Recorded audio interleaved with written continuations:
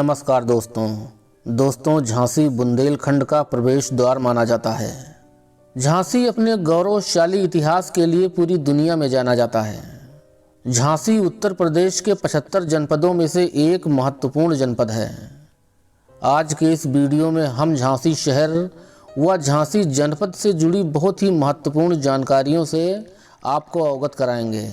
आशा करता हूं कि ये वीडियो आपको बहुत पसंद आएगा। बुंदेले हर बोलों के मुंह हमने सुनी कहानी थी, खूब लड़ी मर्दानी वो तो झांसी वाली रानी थी। अदम्य साहस, वीरता, त्याग और बलिदान की प्रतीक रानी लक्ष्मीबाई की कर्मस्थली होने के कारण झांसी का नाम विदेशों में भी अदब से लिया जाता है। उत्तर प्रदेश के बुंदेलखंड में स्थित झांसी अपने गौरवशाली इतिहास, ऐतिहासिक किले, इमारतों, महलों व प्राचीन मंदिरों के साथ साथ पुरातात्विक दृष्टि से महत्वपूर्ण स्थलों और सांस्कृतिक विरासत के लिए प्रसिद्ध है। झांसी शहर में झांसी जनपद का मुख्यालय स्थित है। साथ ही झांसी को एक मंडल का दर्जा भी प्राप्त है, जिसके अंतर्गत 3 जिले जालौन, झांसी तथा ललितपुर आते हैं। झांसी जनपद की सीमा मध्य प्रदेश से लगती है। यह जिला कुल मिलाकर 8 जिलों से घिरा हुआ है। उत्तर में जालौन जिला और मध्य प्रदेश का भिंड जिला, दक्षिण में मध्य प्रदेश का टीकमगढ़ जिला और ललितपुर जिला, पूरब में महोबा और हमीरपुर जिला, पश्चिम में मध्य प्रदेश का दतिया तथा शिवपुरी जिला। 5024 वर्ग किलोमीटर के दायरे में फैले झांसी जनपद में मुख्य रूप से बहने वाली नदियों में बेतवा, धसान, पहुज, जामनी तथा लखेरी नदियां हैं। ग्रेनाइट, कंक्रीट, पत्थर तथा बालू जैसे खनिज भी झांसी जिले में पाए जाते हैं। जनपद में railway coach factory, Bharat heavy electricals limited, Baidyanath Ayurveda, diamond cement जैसे कुछ बड़े और फेमस उद्योग भी स्थापित हैं। झांसी जिले से विद्युत ट्रांसफार्मर का निर्यात देश भर में किया जाता है। झांसी जिले की अर्थव्यवस्था मुख्य रूप से खेती किसानी व पशुपालन पर आधारित है। प्रशासनिक सहूलियत के लिए झांसी जिले को 5 तहसीलों में बांटा गया है। झांसी, मोठ, गरौठा, टहरौली तथा मऊ रानीपुर। इन तहसीलों के अंतर्गत 8 विकासखंड आते हैं, जो इस प्रकार हैं: मऊ रानीपुर, बंगरा, गुरसराय, बामौर, मोठ, चिरगांव, बड़ा गांव तथा बबीना। सबसे ज़्यादा बसे गांव वाला तहसील मोठ है तथा सबसे कम बसे गांव वाला तहसील टहरौली है। साक्षरता के मामले में झांसी जिले का पूरे उत्तर प्रदेश में 10वां स्थान है तथा लिंगानुपात के मामले में जिले का उत्तर प्रदेश में 40वां स्थान है। जैसा कि जिले का लिंगानुपात 890 है, अर्थात प्रति 1000 पुरुषों की तुलना में जिले में 110 महिलाएं कम हैं। झांसी जिले के शहरी इलाकों में 41.70% जनसंख्या निवास करती है, जबकि ग्रामीण इलाकों में 58.30% जनसंख्या निवास करती है। 2011 के आधिकारिक जनसंख्या सर्वे के अनुसार इस जिले में कुल जनसंख्या 19,99,000 सर्वे की गई थी, जिनमें 10,57,000 पुरुष जनसंख्या तथा 9,41,000 महिला जनसंख्या थी, जो अब एक अनुमान के मुताबिक झांसी जिले की कुल जनसंख्या 25 लाख तक पहुंच चुकी है।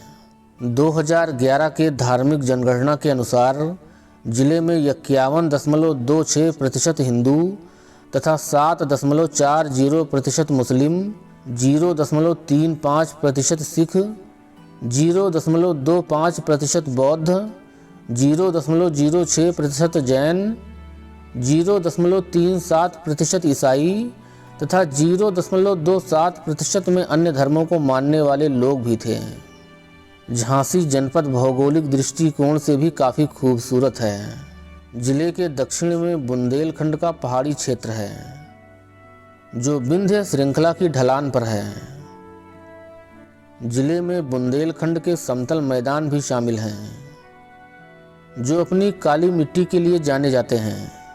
इस प्रकार की मिट्टी कपास की खेती के लिए उपयुक्त मानी जाती है।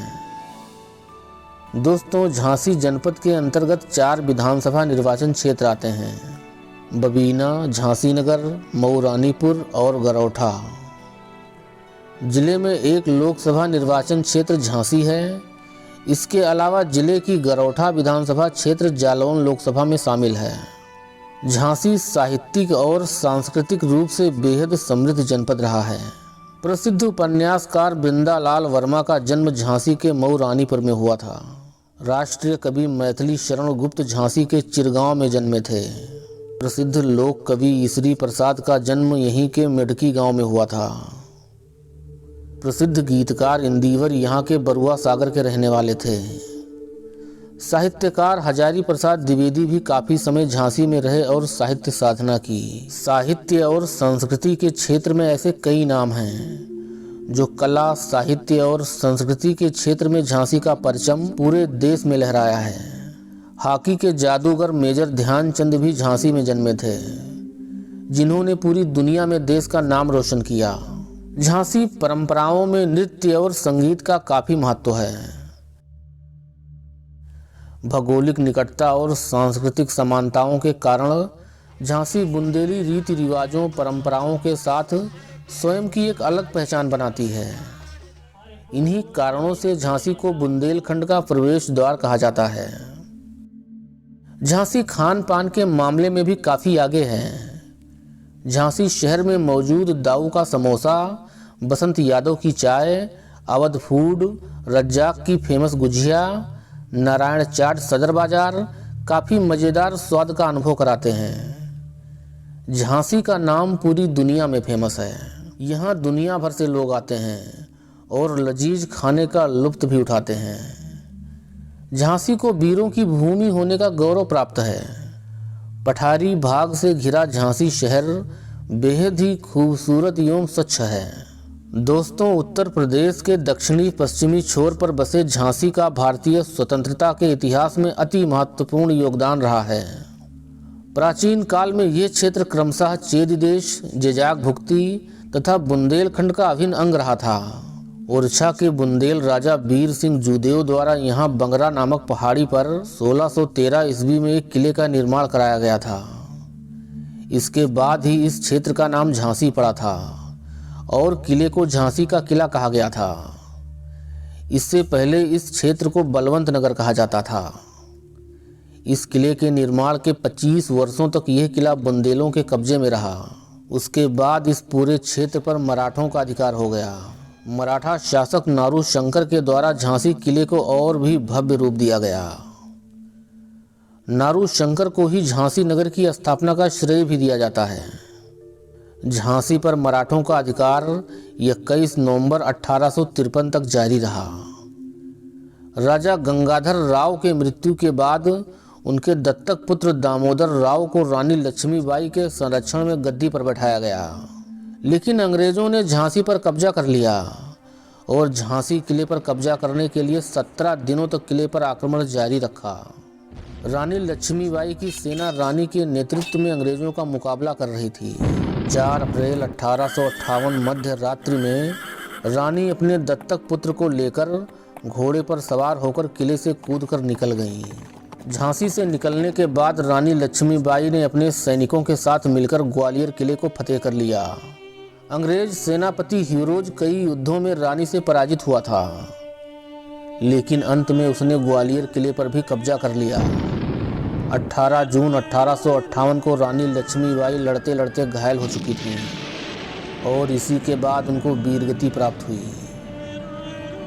चलिए दोस्तों, आपको लेकर चल रहे हैं झांसी के सबसे महत्वपूर्ण स्थानों पर। झांसी का किला। रानी लक्ष्मीबाई का यह किला वीरांगना लक्ष्मीबाई झांसी रेलवे स्टेशन से 3 किलोमीटर की दूरी पर शहर के मध्य एक पहाड़ी पर स्थित है।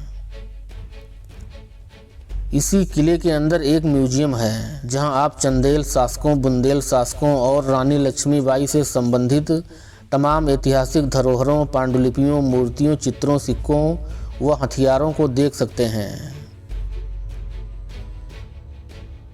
म्यूजियम में परिवर्तित यह ऐतिहासिक महल कभी रानी लक्ष्मीबाई का निवास हुआ करता था। महल के दीवारों, छतों को रंग बिरंगे कलाकृतियों से सजाया गया था। इस किले को देखने व इतिहास को समझने के लिए पूरी दुनिया के लोग आते हैं। महाराजा गंगाधर राव की छतरी। यह स्मारक महाराजा गंगाधर राव की समाधि स्थल है। इसका निर्माण रानी लक्ष्मीबाई ने 1853 ईस्वी में करवाया था। बरुआ सागर। बरुआ सागर झांसी में घूमने के लिए एक प्रमुख स्थान है जो प्राकृतिक सुंदरता और ऐतिहासिक आकर्षणों से परिपूर्ण है। झांसी जिले में स्थित बरुआ सागर एक छोटा सा शहर भी है जहां एक खूबसूरत झील के अलावा कई किले एवं प्राचीन मंदिरों के खंडहर मौजूद हैं। महालक्ष्मी मंदिर। झांसी शहर की प्रसिद्ध ताल झील के किनारे पर स्थित महालक्ष्मी मंदिर झांसी के सबसे प्रमुख मंदिरों में से एक है। इन सब स्थानों के अलावा यदि आप झांसी में और भी घूमना चाहते हैं तो जिन स्थानों को मैं नीचे बता रहा हूँ यहाँ ज़रूर जाएं। Panchatantra Park Jhansi, Herbal Garden Jhansi, Kargua Jain Mandir Jhansi, Saint Jude's Church Jhansi, Panariya Nath Jharna आदि। दोस्तों, आज का वीडियो बस यहीं समाप्त कर रहे हैं। वीडियो को लाइक ज़रूर करें और यदि आप हमारे चैनल पर नए आए हैं तो हमारे चैनल को सब्सक्राइब करना बिल्कुल ना भूलें।